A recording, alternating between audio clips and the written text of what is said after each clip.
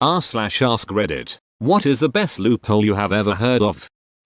Was at a bar. They ran a $2 shot special for any of the house stuff. I like vodka tonics yo. However, those are $6. Me, having taken algebra I twice, knew $2 less than $6. I ask the bartender how much she'll charge me for tonic water. She replies, nothing. I proceed to order a $2 shot of vodka and a free glass of tonic water. Having taken algebra twice killed me. Thanks for the laugh. I thought it was a state requirement to take it 2 times. A kid from my high school was about 30 seconds late to class and the teacher refused to mark him present and made him go sign in as late at the office. In protest, he went and ate a sit-down breakfast and showed back up with about 5 minutes left of class with his late slip. Teacher threw a fit that he skipped class, but since he never signed in, he didn't face any consequences.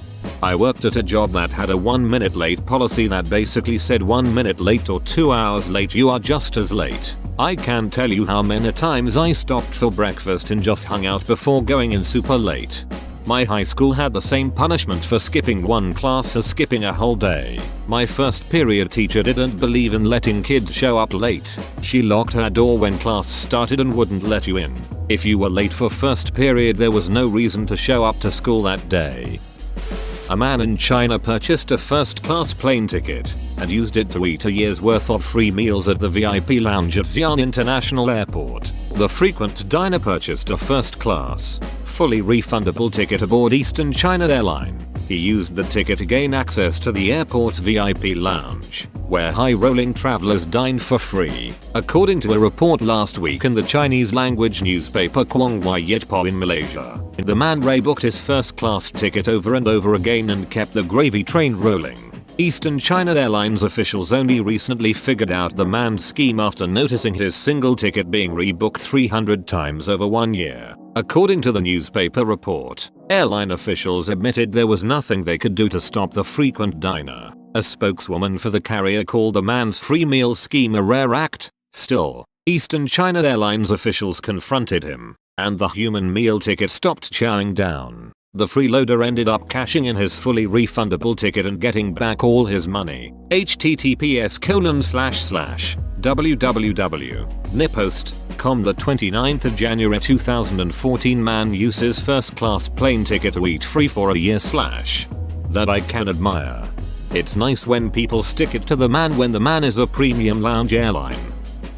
For appointments that cost money to cancel with less than 24 hours notice, they often are free to reschedule within that window, so you reschedule it to a week later, then cancel it a day or 2 later.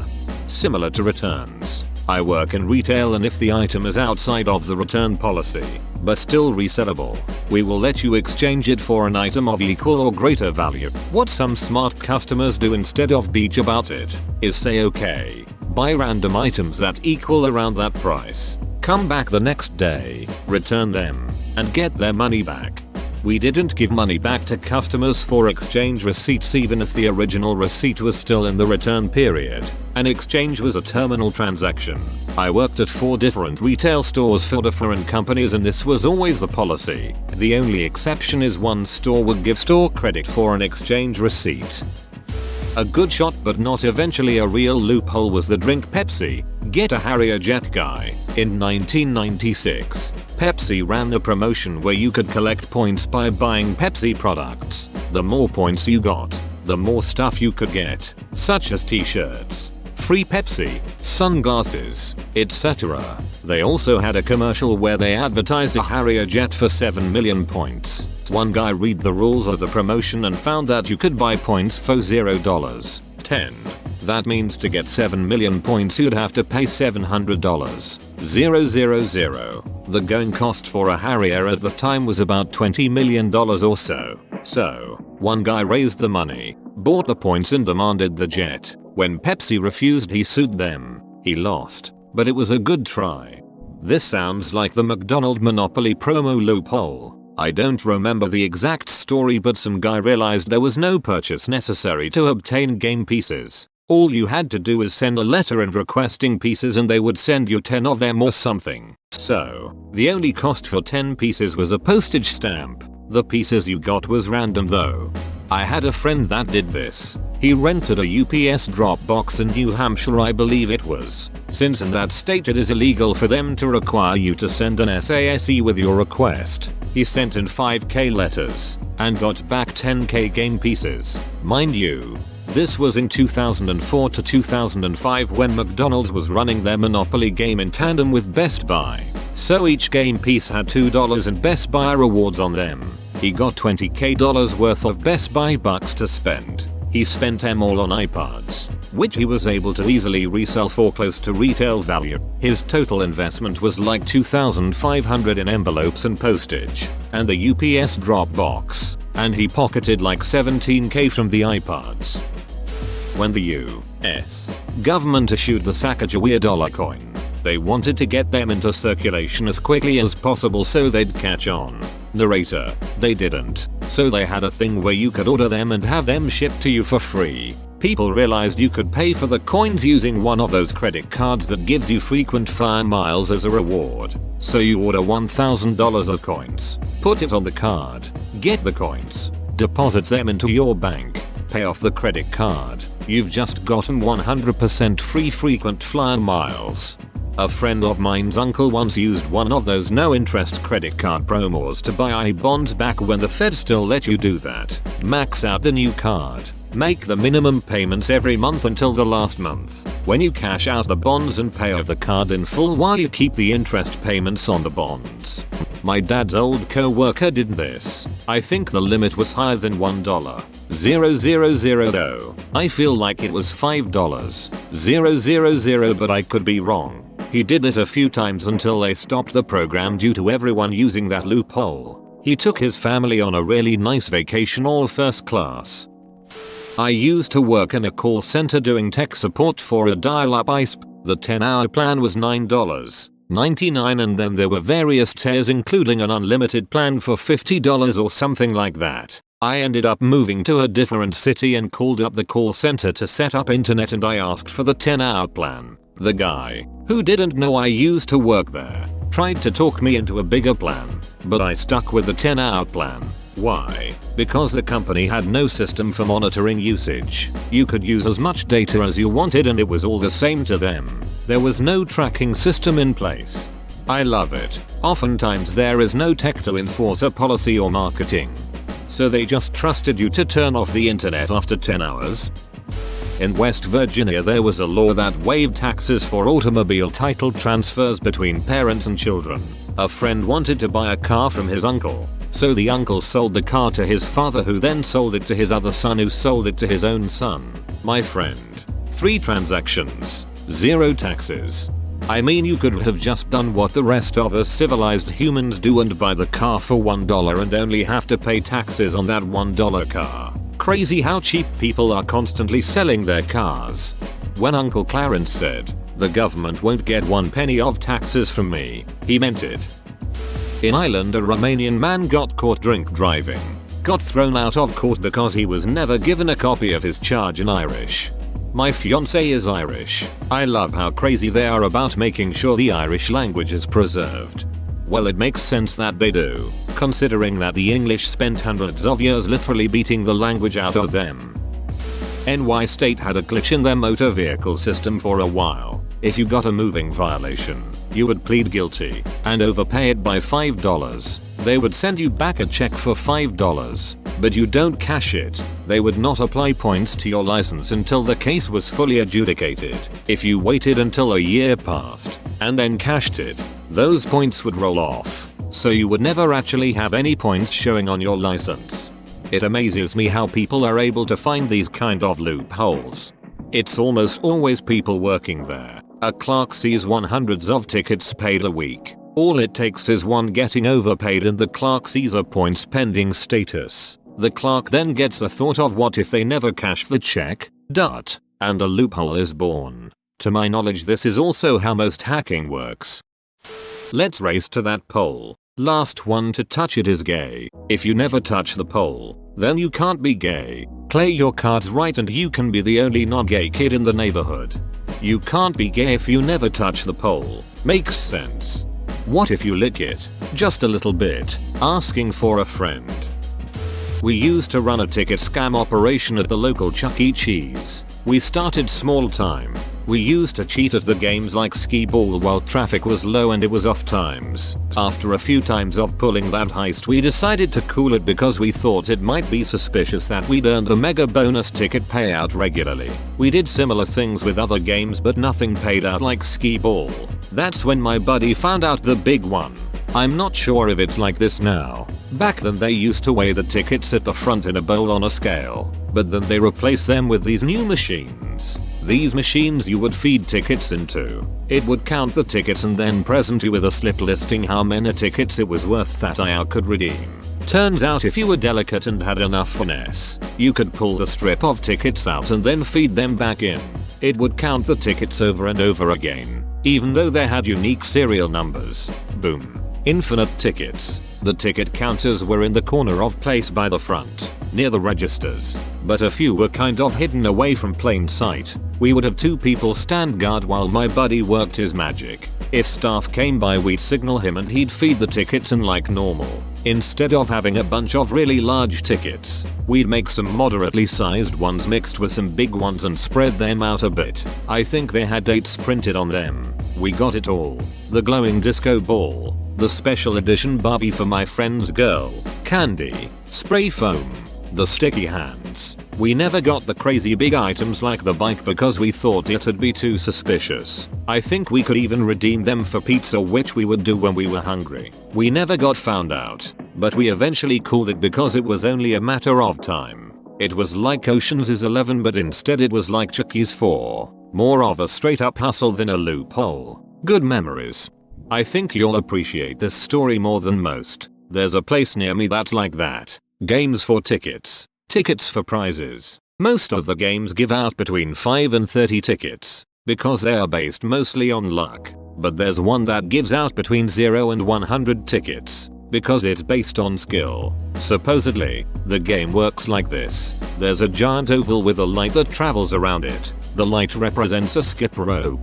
When the light gets to the bottom, you're supposed to jump to avoid it. The longer you play, the faster it goes, until it's literally too fast to avoid. Average win is 20 tickets or so. I did it once and failed miserably, but then I wondered, how does it know I jumped? I look around and see no lasers, so I assume it's a pressure plate on the gamepad. I do some testing and that's it. Well, there's no way for that pressure plate to distinguish between a jump and a tap, so I'd start up the game, kneel down, and just slap the pressure plate with my hand whenever the light got close. That is a lot easier to do than jumping. I was able to rack up 1,000 tickets in no time and bought some baller stuff for my friend's birthday. Open bracket. We were there for her party. That's like the old power pad for Nintendo. When you do the long jump in track and field, just hop off the mat for a bit, then hop back on. You just jumped 6 miles. Company cafeteria had an option to order a half burrito.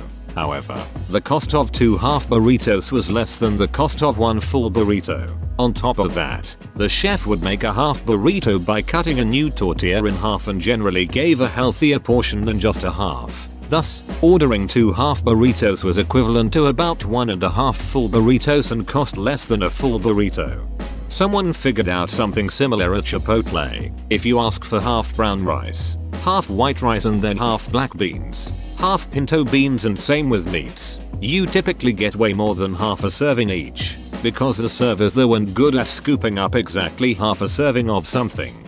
I used to work at a Chipotle. Double rice and beans are free. Edit. Like I said, I don't work there anymore. If you have questions about that crap restaurant, call them yourself. My microwave stopped turning on, so I went to Best Buy to get a new one. I tried the old one in another outlet and it came back to life, so I reinstalled it, returned new microwave to Best Buy, went back home to see that the old microwave had now died again once more, for good, and then just drove right back to Best Buy where I bought the brand new microwave I just returned as an open box item for half price. Probably a fluke, but it was a rare instance of the system working in my favor. Edit. L did this on accident, not as a scam. Just for clarification, not that I complained. I bought a can of paint at a hardware store. When I got home and opened it, the colors were sitting separate on top. I took it back, They ran it through the mixer again, but same result. They made me a fresh can. I went home. It looked the same. So I just mixed it in with the paintbrush and the paint was fine. I went back a couple days later and bought the original bad can for like $3 from the reject pile. A lot of stores will add a bit of tint to returned paints to avoid people who do this on purpose.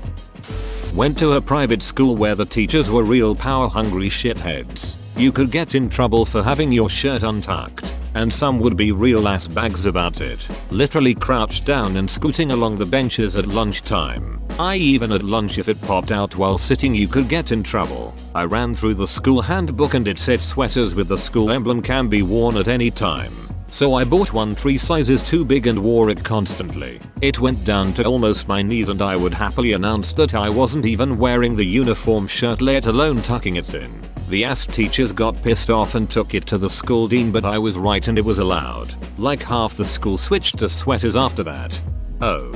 Ducking shirt ale wars in hotty-totty schools. Man, that is like the dumbest fight every stuffy, wannabe elitist school in the USA wants to have with its students. It's like the admins and teachers want to be engaged in the ultimate stupid pissing contest with a bunch of teenagers. Hell, I remember one time I was in school, and I was standing at a lunch table to talk to some friends. I guess my shirt ale came out at some point in the fracas of the starting lunch period, and I felt something cold on my back. It was a teacher's hands. She was just tucking my shirt ale in. If it had happened in a public school, instead of a batshit Christian one where parents just support the fake teachers no matter what, I'd have a trust fund from the fallout of that incident. And, of course, because school staff was so batshit about it, the kids, and, to be fair, most of the kids in my school were overprivileged, sheltered shitheads who were too unfamiliar with words and phrases like because you have to, don't, rules are rules, and no to do their parents much credit, would snark back at them by intentionally running around with untucked shirts. That is what happens when you start a pissing contest with high schoolers. They also had a rule against white socks, because setting yourself up to have a war of attrition with teenage kids over dumb and arbitrary inane things is a brilliant move. The real secret to it, most of the staff don't actually care nearly as much as they act like they do. The whole uniform battle is contrived to provide something harmlessly petty to occupy the focus of any rebelliousness and to give any maliciously authoritarian staff that actually do care something equally stupid to fixate on. I struggled with upper level mathematics in high school. In my junior year, I was barely passing pre-calculus, so I was looking for a way to get out of taking calculus, while still making it look like I took 4 years of math, which my advisor insisted was something I needed to do for college. So I went through the court list and found out accounting was technically classified as a math class, rather than an elective. I took accounting 1 as my math my senior year, and actually learned things I would use, like how to write a check and balance a budget. Unfortunately, my high school caught onto the trick, and the advisors made them change accounting to an elective. My poor little brother had the loophole closed on him, I took a logic class in college as a math credit. I don't know why it was classified as math, but it was, and I loved it. Math is rooted in formal logic. There was a promotion a bunch of years back where Hoover included a plane ticket to select destinations around the world, from Europe. With any purchase of one of their products over $100, people could buy a vacuum that was like $109 and get a $600 plane ticket for it. Hoover ended up having to have people work crazy overtime to fulfill the demand for the cheapest model, and eventually they stopped honoring the promotion, which caused the people who hadn't collected on it yet to sue them. The company made $30 million from the promotion and lost $50 million in plane tickets and legal fees. That's not a loophole, just dumb F marketing. LPT, never offer a gift with purchase that costs more than the purchase. Apparently you have 24 hours to claim an illegally parked car, depending on the location. In my city, so some pros will take a ticket on game days and actually save money on parking for football and baseball. When I was in grad school, it cost me about $400 a year to park. Alternatively, I could park at a beta right next to the university parking lot, not pay, and get an $11 ticket from the Metro Police. Pretty sure I got ticketed about 4 or 5 times total. Saved me hundreds of dollars that year. I could pay $400 for parking, or give $50 to the mosque and they let me park there for 6 months. I gave them $100 for 6 months just to feel like less of a scumbag. In Sydney, Australia, we have the Opal card system for public transport. You load up the card with monies and tap it when you get on and off public transport. Now these days, per week you get a discount on all your trips after your 8th. Well, that was brought in after people exploited the previous rule. After 8 trips, all trips were free, so people would ride the buses to and from stops, tapping away, leaving enough time between each tap for it to register as an individual trip, and after a few hours of venturing the city and tapping, they then had the rest of their weekly travel for free. The news did a piece of everyone doing it, and soon after the new rule came in the Mayo. Dude, duck Sydney's train system. Why does it cost so much to go from the airport to Central Station? It's literally like 2 stops. If you're in the UK, there's an insurance comparison company called Compare the Market. The way they set themselves apart, because really, they're all basically the same, is by having an actually really kind of good set of reward schemes called Meerkat Movies and Meerkat Meals respectively. For the former, you can get 2 for 1 cinema tickets on Tuesdays or Wednesdays. For the latter, you can get 2 for 1 food at a fair number of restaurants. Sunday to Thursday, you get a year's worth of access to both programs whenever you buy insurance through them. Fortunately, it's any kind of insurance that works. 1 day's worth of travel insurance for a UK-based trip will set you back about £1.50, which means that you're almost certainly going to save money by getting it as long as you use the program once in that year. I'm pretty sure it's not how they intended it to be used, but I've saved a fortune and still ended up getting my actual insurance with someone else. Pro tip, you don't even have to buy the insurance. If you click to purchase it, it will register on your Compare the Market account that you've gone to the affiliated link. Then go back to CTM, click Get Rewards, type in the name of the company you purchased from. You'll receive the reward. No purchase is actually necessary. You just have to click it. Hope this made sense. Well, you blokes just ruined a good loophole yet. After this they will definitely fix this. In 2014 a loophole was discovered in Ireland so that Class A drugs were legal. Took a week for the government to criminalize it again. The state of Rhode Island accidentally legalized prostitution, and the loophole lasted for years. I am the lucky beneficiary of a loophole. Back in the 1960s, a school district in my hometown was broken up and absorbed into the surrounding districts. Fast forward to 2003, I'm applying to colleges. I discovered that there was a scholarship fund for people living in that old district's area. Like me, the district is gone, but the scholarship still exists. I applied and got the scholarship. I don't think there were any other applicants. You can be as high as you want as long as you're not in possession. Can you hold my joint while I light it? Sure. Bro, I'm a cop. You're under arrest. That's blatant enough entrapment that the DA might drop charges after trying to force you into a plea deal. When I was young, 12-year, I received a free chicken sandwich coupon for Chick-fil-A that I got from a contest at school. There was no fine print on it, no EXP date, no one per customer, no nothing. So I used my dad's photocopier at home and made a duck ton of copies. Talking like 100 copies. Every week my mom would drive me to Chick-fil-A, wait in the car. I think she was embarrassed but didn't want to suppress my enthusiasm. I'd go inside and walk out with a couple free sandwiches. Did it for like a year before we moved away. Pretty sure the high school employees just took pity on a 12-year and honestly didn't care enough to say no. I work in marketing now and fine print is one of the things I proofread 3 times before approving. Whoa, you made it to the end? You're a ducking beast. I'll cut you a deal. Smash like and subscribe for more curated content, bruh. It's free and that's a great price.